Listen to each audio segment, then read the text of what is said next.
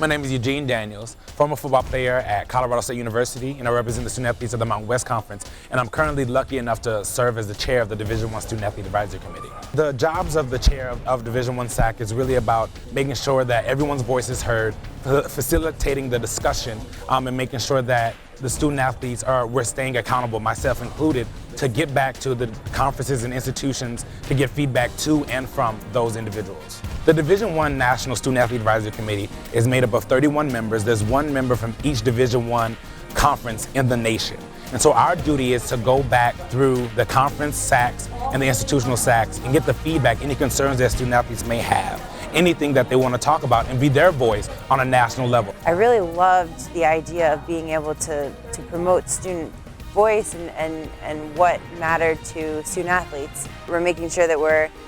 really getting the input in meetings and getting feedback from conference level and campus level and going back through all the channels that we have and talking to athletic directors, FARs, anybody involved in athletics who has some say in